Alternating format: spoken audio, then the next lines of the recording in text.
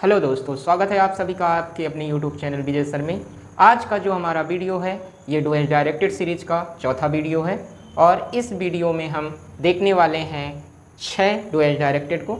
चलिए वीडियो की शुरुआत करते हैं। क्वेश्चन है हमारा पहला dual directed, see does it change into negative, यानी कि निगेटिव में चेंज करना है। आपको देखना है पहले ये टेंस कौन सा है। तो ये जो हमारा है सब्जेक्ट के साथ यस या ईएस वाली वर्ब, फिर ऑब्जेक्ट, यानी कि ये है वर्ब की फिफ्थ फॉर्म भी आप कह सकते हैं, यानी ये प्रेजेंट इंडेफिनिट टेंस है। प्रेजेंट इंडेफिनिट टेंस को निगेटिव बनाने के लिए आपको सब्जेक्ट के बाद डज या डू नॉट का इस्तेमाल करना पड़ता है। क्योंकि यहाँ पे जो सब्जेक्ट है वो सिंगुलर है, इसलिए हम डज नॉट का इस्तेमाल करेंगे। और जब भी डज का इस्तेमाल होता है मेन वर्ब आ जाती है फर्स्ट फॉर्म में, तो ये डज से आ जाएगी डू फर्स्ट फॉर्म में, इसके बाद हम लगाएंगे ऑब्जेक्ट इट। तो इस प्रकार से ये बना सी डज नॉट डू इट, ये हो गया निगेटिव सेंटेंस में चेंज। अब देखते हैं दूसरा क्वेश्चन। दूसरा क्वेश्चन हमारा Sita does not sing, she does not dance, यानी ये जो सी इस्तेमाल हुआ है वो सीता के लिए ही हुआ है। इंस्ट्रक्शन है हमारे लिए combine the sentences using neither nor. Neither nor का इस्तेमाल करके आपको इन दोनों सेंटेंसेस को जोड़ना है।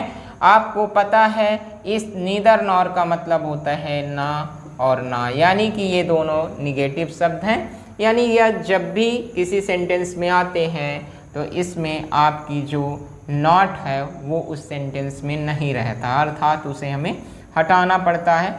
चलिए देखते हैं हमें इन्हें कैसे बनाएंगे। तो देखिए इसमें सीता और इसमें सी एक ही सब्जेक्ट है, हम इसके लिए दोनों को कॉमन ले लेते हैं, तो ये हो जाएगा सीता।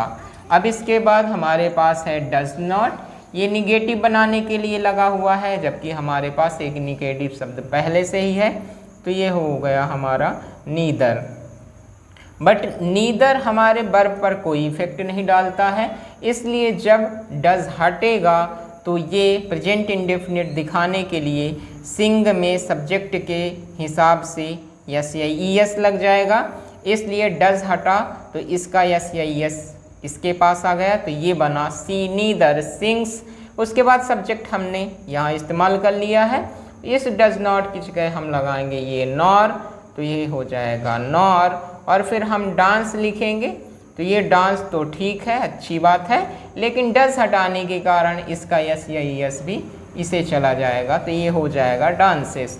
इस प्रकार से Sita neither sings nor dances, ये हमारा चेंज हो गया नीदर नॉर में। ये ध्यान रखिएगा सीता यहाँ सब्जेक्ट है, क्योंकि ये प्रेजेंट इंडेफिनिट है, इसलिए सीता के साथ सिंग्स और डांसेस यस या ईएस दोनों में ही आएगा। इस प्रकार से हमारे 2 क्वेश्चन सॉल्व हुए। अब हम चलते हैं तीसरे में। तीसरा है हमारा unless you study you will fail, और हमारे लिए इंस्ट्रक्शन है rewrite the sentence using if in place of unless.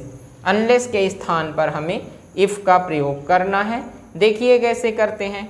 हमने आपको बताया अनलेस की जगह इफ़ का प्रयोग करना है, अब यहाँ पे इफ़ का प्रयोग किया, लेकिन अनलेस जो होता है ये कॉम्बिनेशन होता है इफ़ प्लस नॉट का, इसलिए हमें इस सेंटेंस में नॉट का इस्तेमाल करना होगा, वो भी सब्जेक्ट के बाद, लेकिन बिना हेल्पिंग वर्ब के नहीं। तो ये है प्रेजेंट इंडेफिनिट और यू सब्जेक्ट के साथ लगना चाहिए डू नॉट। तो इस प्रकार से हमने सब्जेक्ट यू के बाद लगाया डू नॉट, फिर हमारी वर्ब रहेगी स्टडी। इस प्रकार से जो प्रथम सेंटेंस है if do not is equal to unless और unless is equal to if plus do not, ये बैलेंस हुआ यहाँ पे।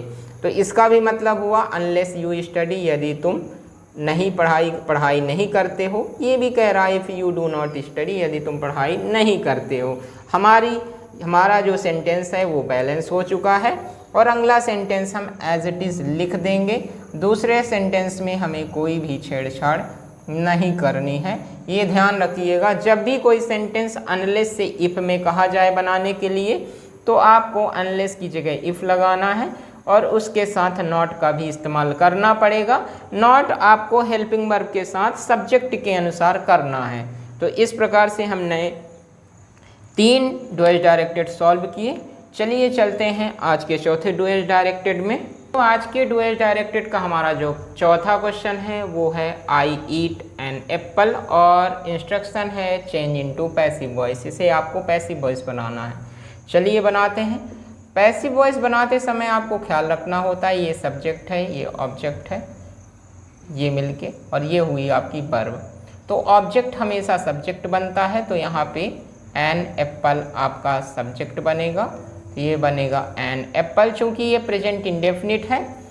पैसिव वॉइस बनाते समय प्रेजेंट इंडेफिनिट का पैसिव वॉइस बनाते समय हमें helping verb is am are तीन में से कोई एक, चूँकि ये एन एप्पल सिंगुलर है इसलिए हम हेल्पिंग वर्ब यूज करेंगे इज, और हमेशा ही हेल्पिंग वर्ब के बाद पैसिव वॉइस में वर्ब की थर्ड फॉर्म यूज होती है जो कि ईट का बनेगी ईटन, और उसके बाद जो सब्जेक्ट होता है वो बनता है ऑब्जेक्ट, वो लगता है बाय के बाद ऑब्जेक्टिव फॉर्म में, तो आई का बनेगा मी।